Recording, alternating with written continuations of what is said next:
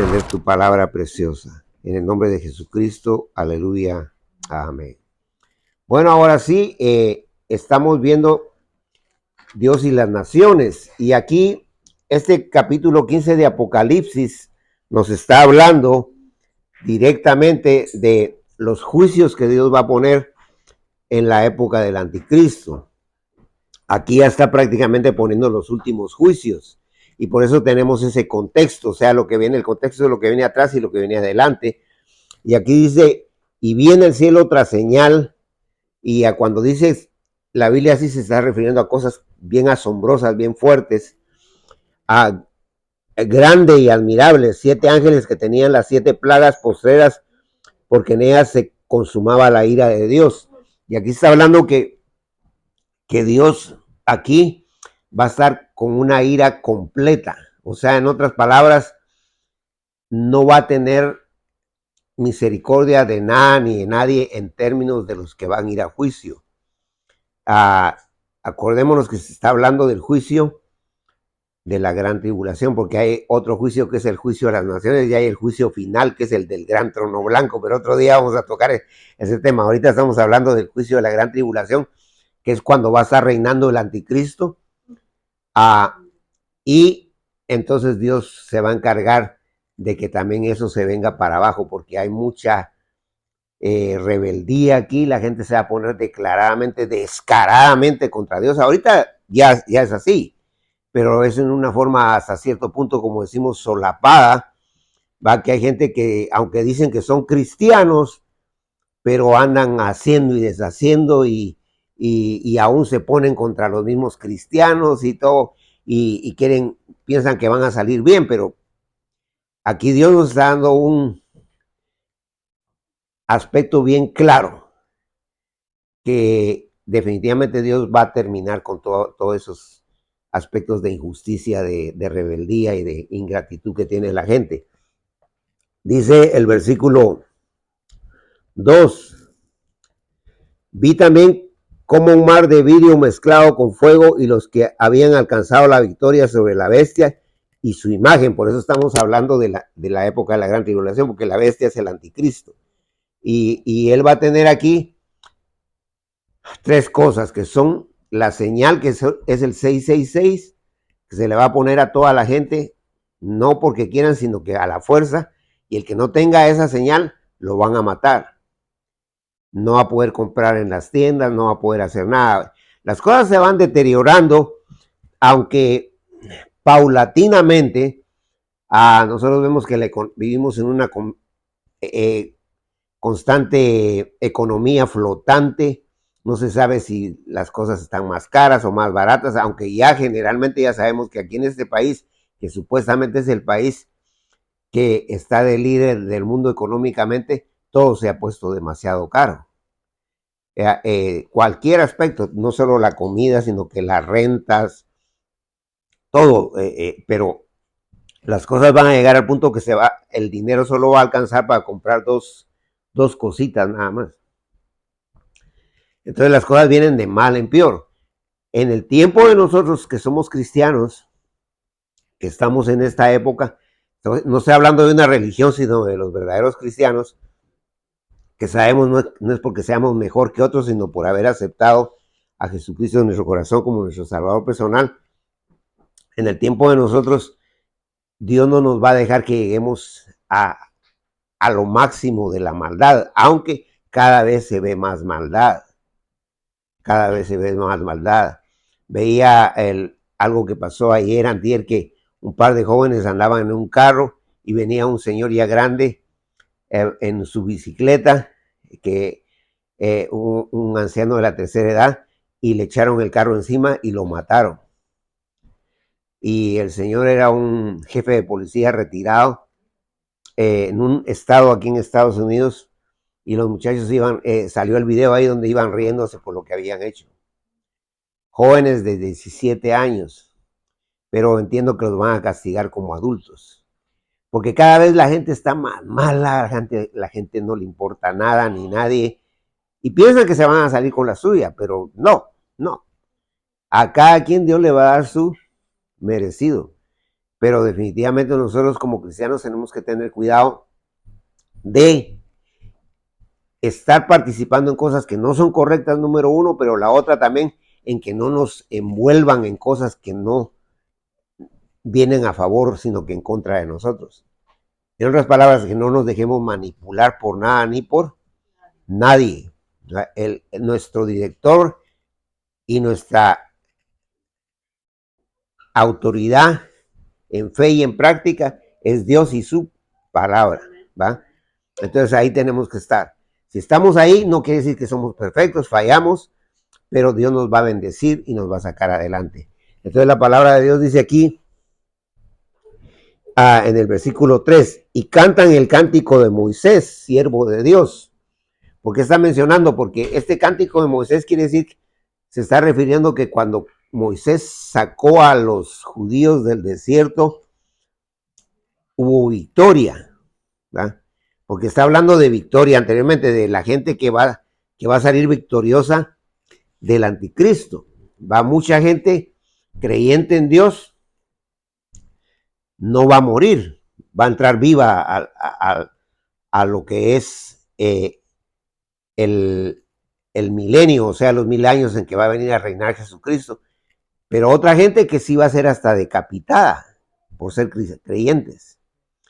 Pero aún así, tanto unos como nosotros van a tener victoria porque se va a acabar la maldad, ¿va?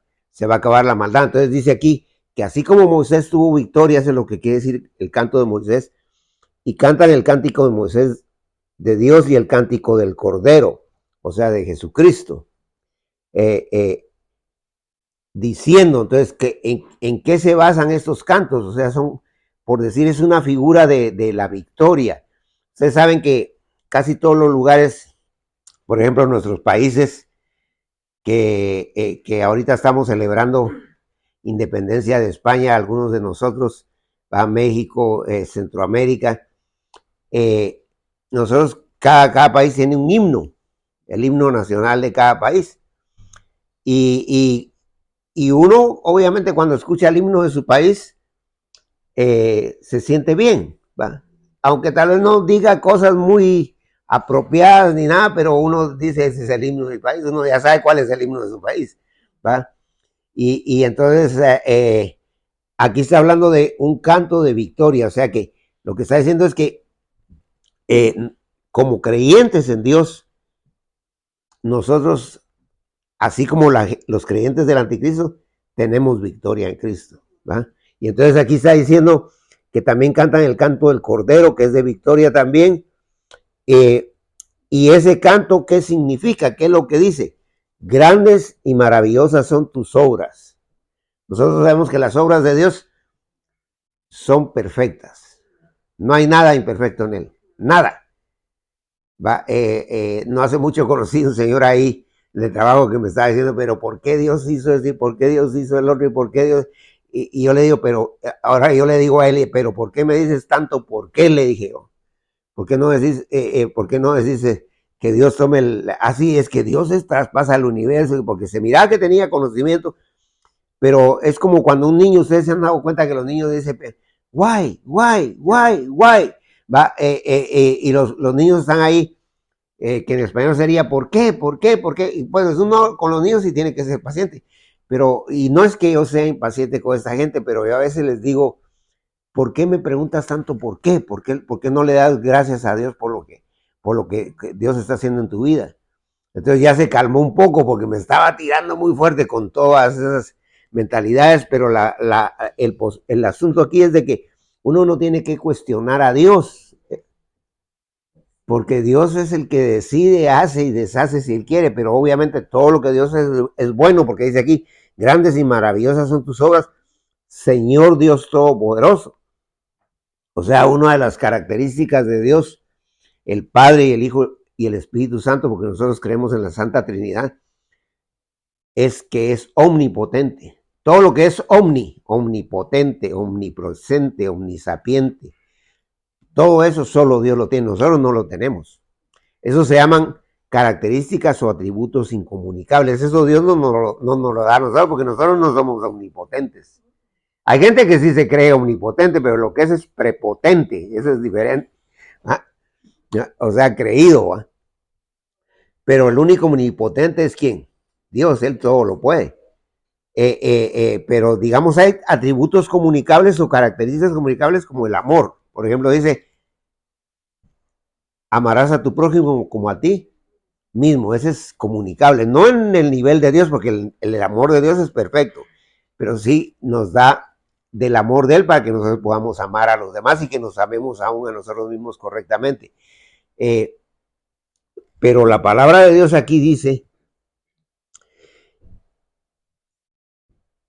justos y verdaderos son tus caminos, Rey de los santos. O sea, volvemos otra vez a lo mismo. En participación, en acción, en dirección, en decisión, aún en confrontación, todo lo que Dios hace es perfecto.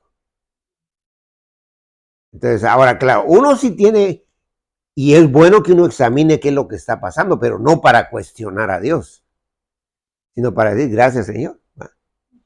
Gracias, Señor. Por ejemplo, nosotros ahorita podemos estar padeciendo un mal terminal, como le llaman a las enfermedades terminales, como el cáncer, pero uno como verdadero creyente, aunque esté pasando lo que esté pasando, sí es bueno que se exprese y si tiene que llorar, que llore, porque eso no es malo, pero al final de la jornada uno tiene que decir, gracias Señor, si tú me tienes, perdón, así, tú sabes por qué. Y quiero que hasta el último segundo me dé la oportunidad de darte la gloria. ¿Va? Y porque si Dios, el último segundo de vida que Dios nos deja siempre con una misión. La misión de adorarlo, que es lo más importante, porque adorándolo a Él, no solo se satisface Dios, sino que nos beneficia a nosotros con estar en una situación especial. En otras palabras, sin estrés, sin caer en actitudes rebeldes, agresivas, ofensivas, y entonces Dios nos va a sacar adelante de cualquier manera. Entonces la palabra de Dios dice aquí en el versículo 4, ¿quién no te temerá, Señor? Te temerá, oh Señor, y glorificará tu nombre. Entonces es una pregunta retórica que ya tiene su respuesta. Todo el mundo tiene que respetar a Dios y glorificar a Dios, pero ¿esa es realidad en la vida? No. Casi la mayoría no respeta a Dios, ¿va? Ni le da la gloria a Dios, ¿va? O sea, reconocerlo, ¿va?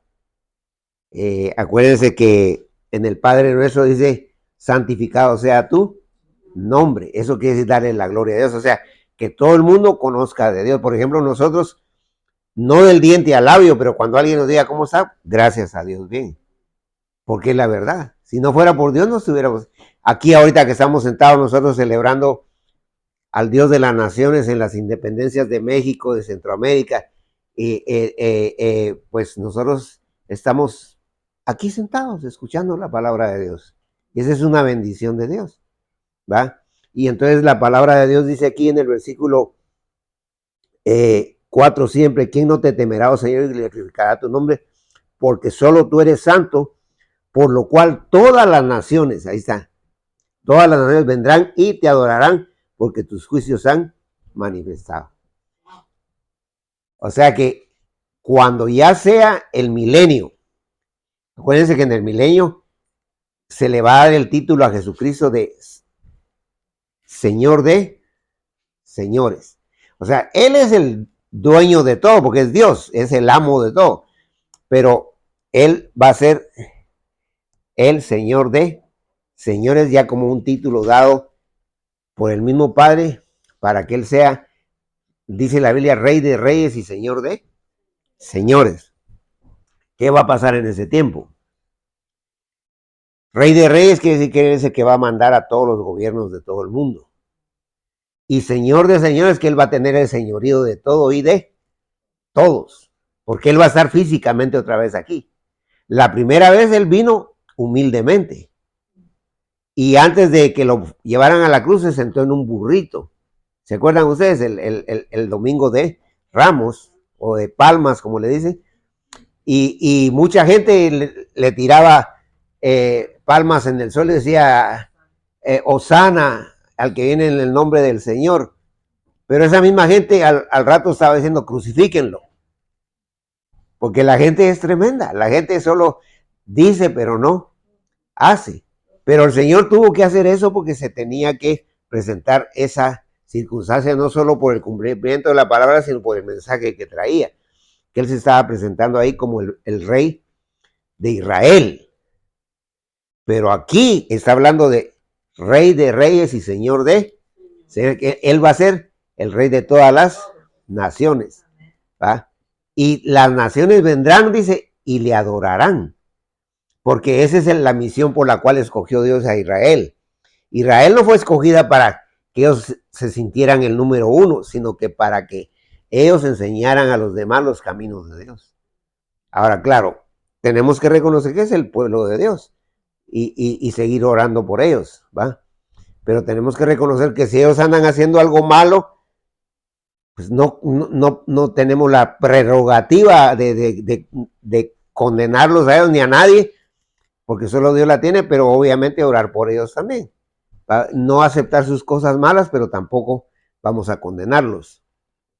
Y entonces, en el final de todo esto, lo que Dios nos está diciendo es que las naciones van a venir a aprender del pueblo de Dios y de su líder, que es Jesucristo, directamente. O sea, que van a venir de todos los países del mundo a Israel.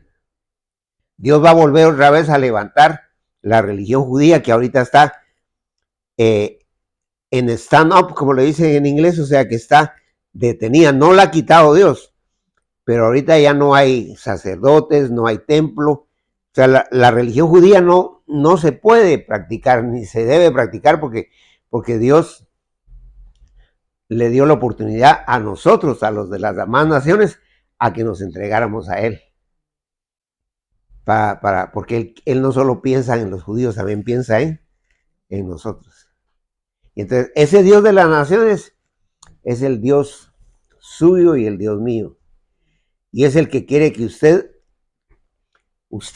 no los demás, cada quien es responsable de su vida. Que usted le entregue su vida a Él. Y si no lo ha hecho, que le diga, Señor Jesucristo, yo te recibo como mi Salvador personal. Eso tiene que ser muy personal, eso no lo puede hacer nadie por uno. Perdóname mis pecados. Y Él entra y jamás vuelve a salir. Y Él empieza a hacer cambios en nuestra vida. Ahora, sí es bueno que pensemos en nuestra familia. Es bueno que pensemos en nuestros amigos, es bueno que pensemos en los paisanos de nuestro país, es bueno que pensemos en los de las demás naciones también.